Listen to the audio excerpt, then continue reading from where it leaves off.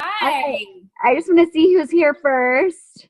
And I'm super excited to share about your teens. Who read it? Sorry. I listened to it. Good job. Okay, so I listened to it a couple days ago and then I reread it today. So I have a lot of notes, though. I'm going to have to read from my notes. I'm not very good at remembering everything off the top of my head, but I really, really love this one because it totally applies to me and my plexus journey that I've been through for the past, 15 months, 16 months since I've been on plexus. So it's called the law of the pitcher. So people do what people see, all right? At the beginning of the chapter, it talks about, I don't know if any of you guys watched the HBO series Band of Brothers. I never did. But basically, it's a true life story. It was retold by Tom Hanks and some other guy about the Easy Company, which is a group of paratroopers that fought during World War II. Okay, so it's retold that story. Anyway, and as they do this show, it really talks about the different leadership styles that people have, the good and the bad. And I would definitely have to say there's good leadership and bad leadership. So a couple things. That first one he talked about was one of the commanders or whoever he was. He was really, really mean, but he was good. I mean, they were winning. They were doing all this really good stuff. It says he drove the men mercilessly, which was fine, since he was preparing them for combat. But he didn't push himself the same way, being barely capable of passing the physical test required by the paratroopers. So he was dishing it out, but he wasn't doing it himself. Then there was another example of another guy who, it was a lieutenant, Dyke. He was put in command of a platoon because he was a leader in the political connections, okay? But it says Dyke's method of leadership was to avoid his men, refuse to make decisions, and disappear for long times to take a walk, including when he needed the most. So he was really good at leading in politics, but when it came to leading this and commanding, he wasn't very good at it. So when he would lead his men into assault, they would fail. And it wasn't good. Then there's another leader that comes into play. His name's Dick Winters. And it says here, he always led in the front, setting the example and taking the risks along with his men. His philosophy of leadership was that officers go first.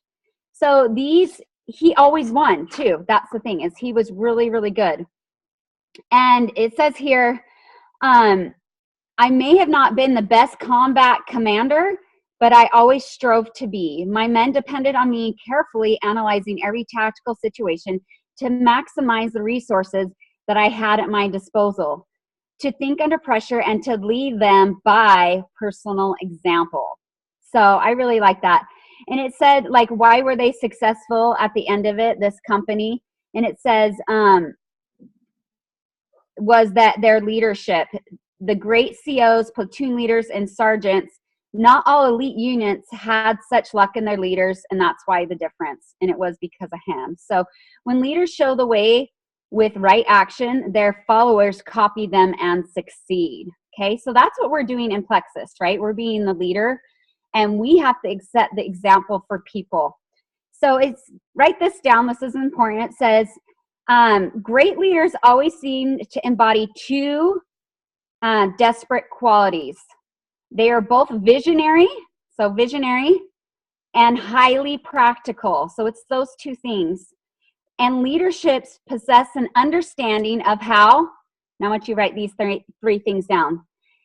There is a purpose, there is a picture, and there is a plan.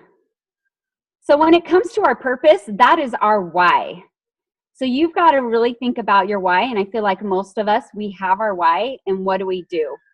So our mission with Plexus is our why. That is our purpose. Our vision provides a picture of what we see for our team. So that's our question, what? Okay. Strategy provides our plan. So that's our how. How are you going to do it? So what is it? So why? We know why we do this. What is it we're going to do for our team as leaders? And how are we going to do it? So I kind of want to open it up. You know, you have your why, what's your what, what's your how? Does anybody have any comments?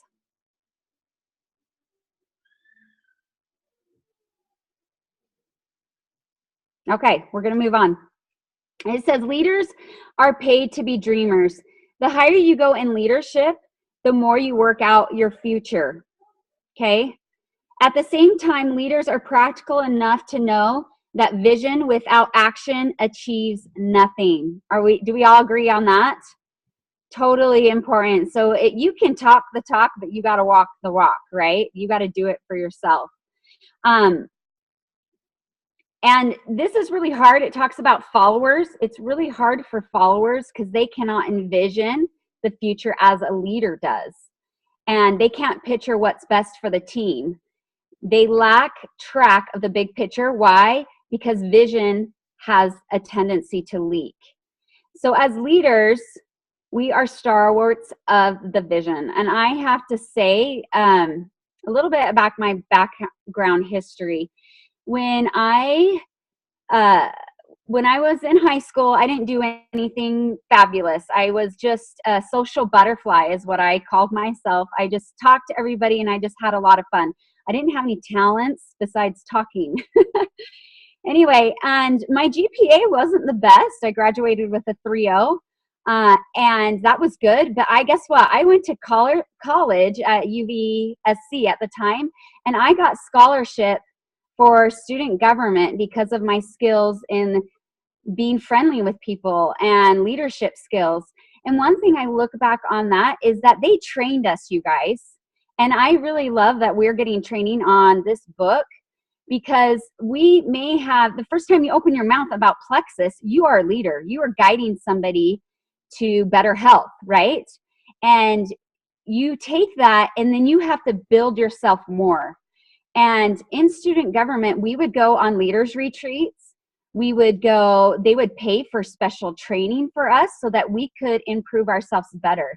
And companies nowadays, they invest a ton of money in their employees so that they get correct leadership training, because that's going to take their company to the next level.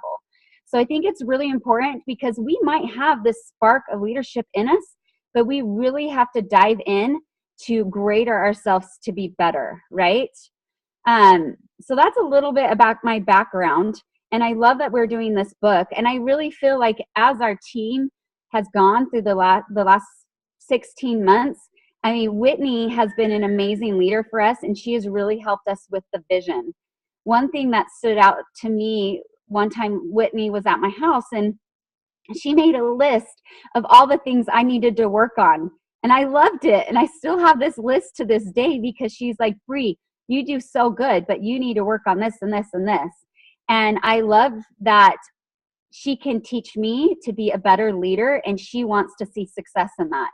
And as a team, we need to help each other be that leader to catch that vision for everybody, and then also do what we say.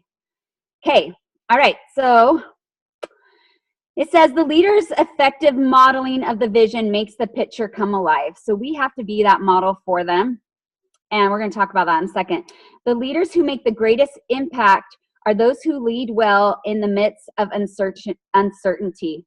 There's times when we are leading and we may not know, we might not have an answer. And when I read this part of this chapter, it says we don't have the answer, but we have to find a solution. We are at that point in our business that we can't say we don't know. We have to say, we'll get back to you because I'm not sure. And it's okay to be uncertain about your question. You just need to figure it out and help people. If we were a good leader, I would know exactly what to do. That's not true. Increased responsibility means dealing with more and more intangibles and therefore more complex uncertainty. Leaders can afford to be uncertain, but we cannot afford to be unclear. People will not follow fuzzy leaders. Okay. And I remember Celeste Gwynn in our Ruby training, she talked about this. You have to have a solution to the problem. And I need to step up my game. I definitely think on that. It says, when times are tough, uncertainty is high, and chaos threatens to overwhelm everyone.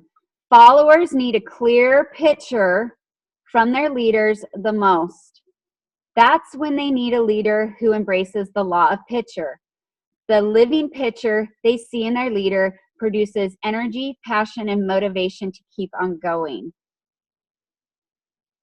So we're going to break this up in a few different sections. But number one, so we are the model, right?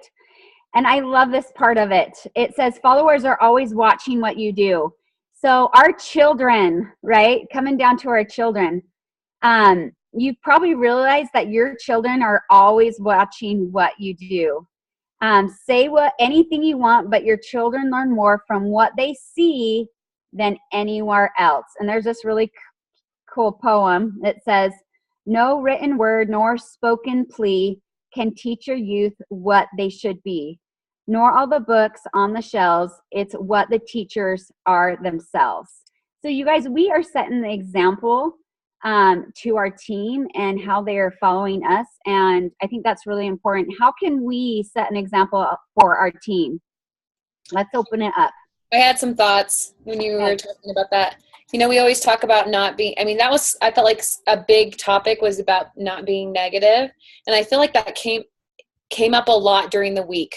And I'm not sure if a lot of people struggle with that, but, you know, not being negative to your team. You know, they say always going up. But even that, like, I feel like sometimes there's negativity that just doesn't need to be there, you know?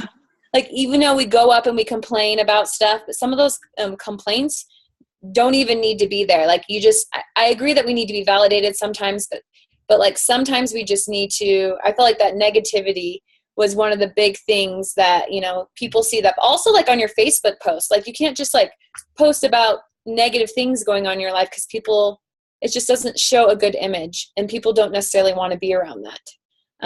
So that was just some of the things that kind of seemed like happening. I agree. I had someone today tell me, well, I don't like the taste of the new pink drink.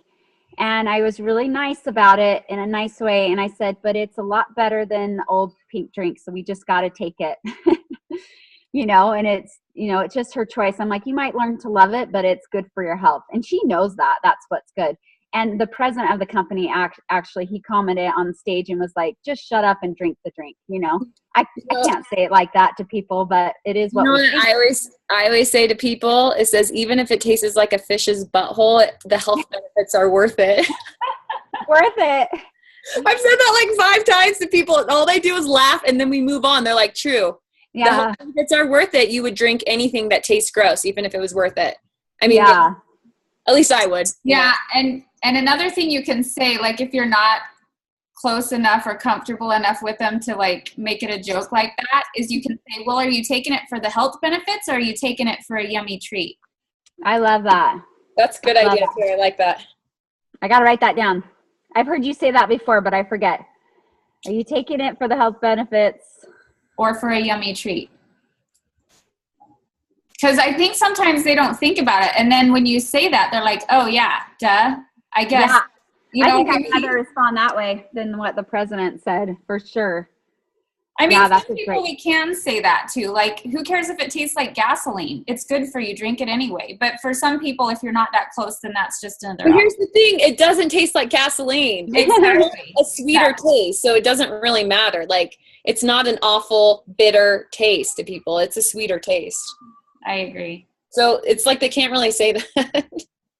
Yeah. Okay, moving on. Number 2, it's easier to teach what's right than to do what's right. Do you guys all agree?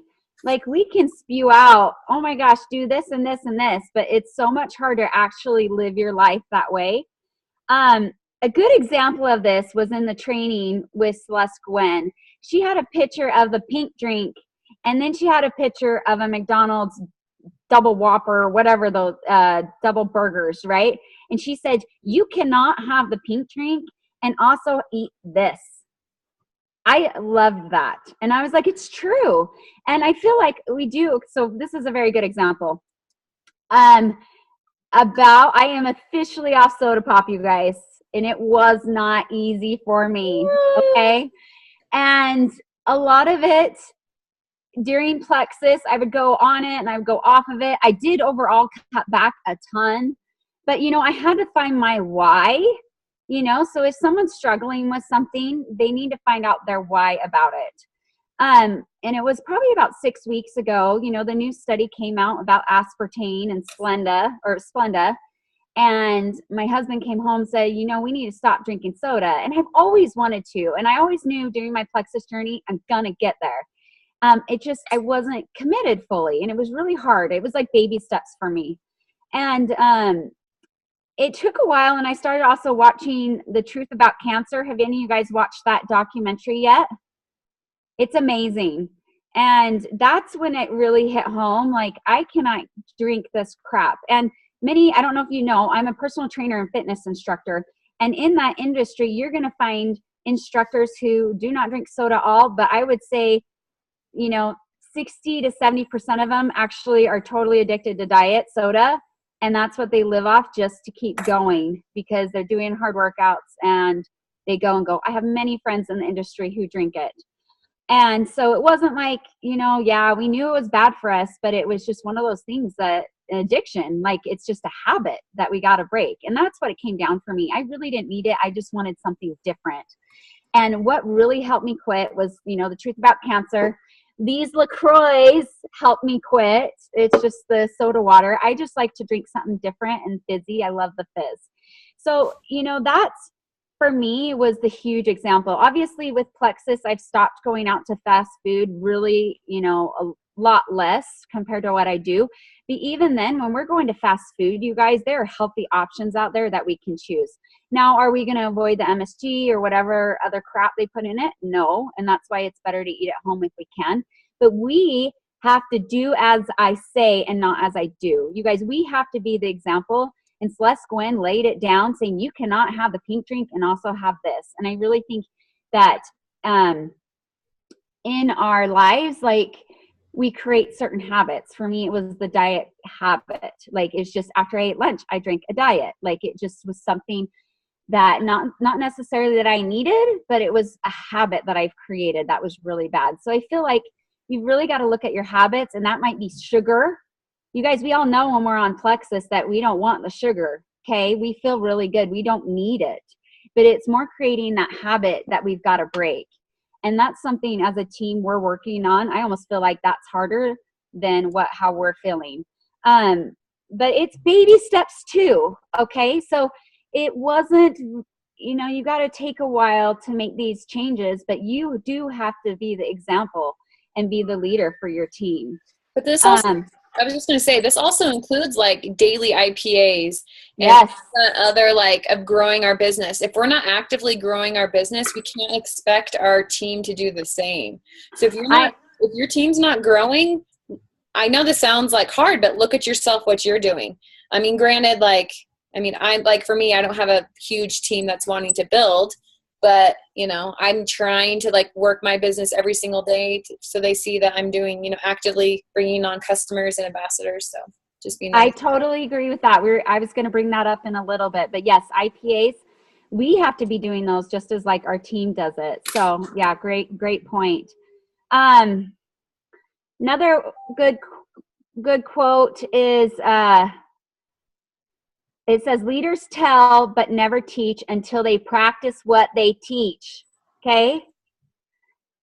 I think that's really, really important. That is the law of the pitcher. We are setting the pitcher. Okay, third one, it says we should work on changing ourselves before trying to improve others. That just goes back to similar things that we've done or what we've talked about, but we have to change first. It says, as a leader, the first person I need to lead is me. The first person that I should try to change is me. My standards of excellence should be higher for myself than those I set for others. To remain a credible leader, I must always work first, hardest, and longest on changing myself. This is neither easy nor natural, but it is essential. So he talks about when he was teaching a group about, it's called the 360 degree of a leader. It says a leader exerts his influence not just down in his downline, but also up above and to his sides. He is being a leader. And someone asked the question, which is the most difficult, leading up, leading across, or leading down? He said, none of the above. Leading myself is the toughest. Okay, so we really have to think back to leadership. Number 4 is the most valuable gift of a leader can give is being a good example, which goes back to what we've talked about. It says leadership is more caught than taught. How does one catch leadership? By watching good leaders in action. The majority of leaders emerge because of the impact made on them by established leaders who model leadership and mentored them. And don't you feel that way? Like, I really feel with our team, we have the most amazing upline ever to help lead and guide us through this journey so that we can be a leader ourselves. And they share with us their knowledge, and they want us to succeed. And I think that's amazing. And we're always learning from them, and they inspire us and they make us better. And watch them, see what they do, see what they're posting about, and see how they're leading, and you will become a better leader for that. He says, I strive to set the right example for my people who follow me, my children, my grandchildren, and the employees of my company. So whoever you're surrounded by, you want to be the leader for them. Says here, you cannot ask those who work for you to do something you're unwilling to do yourself, he states. It's up to you to set the standard of behavior. And right now, as our team, we are getting up together at 7 a.m. to 8 a.m. to do our power hour together. So we chat for the first 5 minutes, and then the rest of the hour, we're all just quiet. Everything's muted, but we're all there on our Zoom working our IPAs together so that we know we're accountable. And, you know, we're doing it as a team, and they see you doing it. That's, I think, really important. So, all right, last thought. Does anybody have any thoughts on that?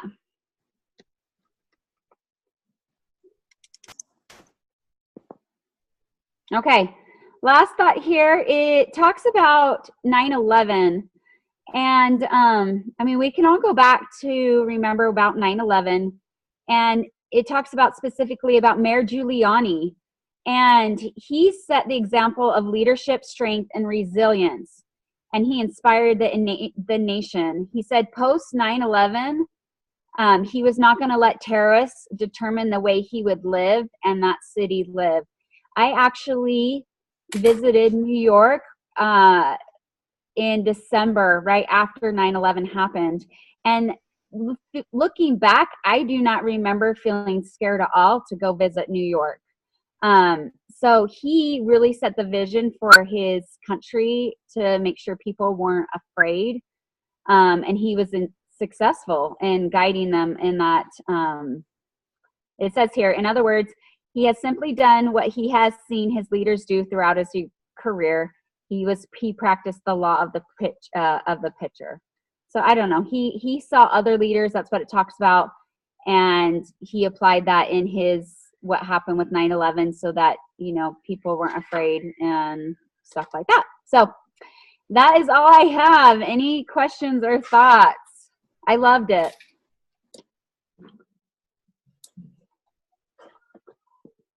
My thought is that you are an amazing trainer. I love that. Trainer as in my job?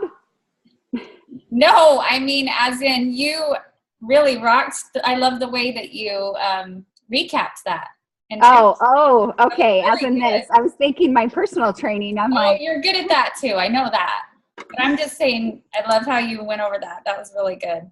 Sorry, I read a lot, but I can't say it better than him. He's amazing. So, I mean, it comes down to, you guys, we've got to set the example, and we've got to do what we say. All right. We are leading a health company. So that means you need to be healthy. Okay. And it's baby steps, guys. I don't want you just, I mean, you got to come, but find out your why. Like, why do you want to eat better? Why do you want to be a leader for your team? Why do you want to do IPAs? I mean, why is that? And you really got to find your why. Once you find your why, you understand it, that example will become easier for you to set. And I'll just add too that I can tell you, like, from when I'm like trying to help someone, you know, tell them what they need to be doing, it's night and day if it's something that I'm doing currently myself, because I feel so much more confident and passionate about telling them to do this because this works and it's something that I'm doing too. And I kind of feel, I think, you know, even I'm not going to be like, well, I'm not doing this right now, but I know you should do it.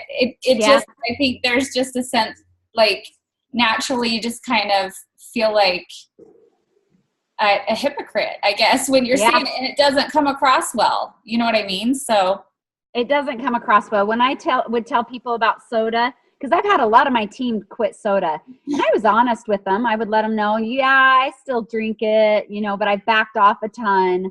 It's totally up to you if you want to drink it or not. And I still feel that way. It's totally up to them.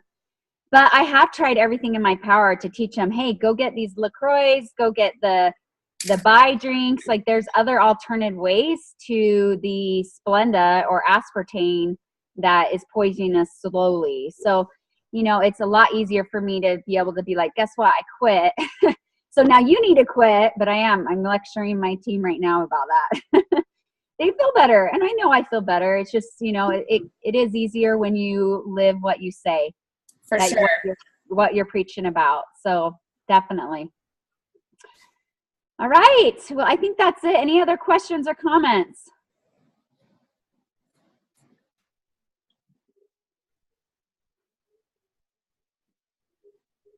No? Guess not. Okay. Okay. Well, thank you guys. Hey, did you pick someone for next week? Oh my gosh, no. Do you want to pick someone? Yeah, let's see who hasn't gone yet. Gabby hasn't gone yet. I'm just going to call him out. Is this Jennifer Smith? Tracy hasn't gone. Is Tracy on? Yep, Tracy's here. She hasn't gone yet. Venere hasn't gone. Terry hasn't gone. Pat hasn't gone. Oh, you got so many choices? Oh, you just pick. I don't care. Okay. Well, I'm just going to pick the one at the top, the closest to the top that hasn't gone yet. That's Gabby. Gabby, you're it. Gabby, you're up. Will you lead us next week in chapter 14, pretty please? Me? Yes, you. Me? Can you hear me? Yes, I unmuted you. You are the chosen one. No, I don't know if everyone will understand my English. Oh, they will. We understand you just fine. We understand you, Gabby. So chapter 14 next week. Yay! I'm so excited. All right, love you, girl. Okay. Thanks, girls. Everyone have an awesome week. Thanks. Fill up the 7-day challenge. It's going to be amazing. Ooh, let's do it. Thank you, Bye. Thank you. Bye. Bye.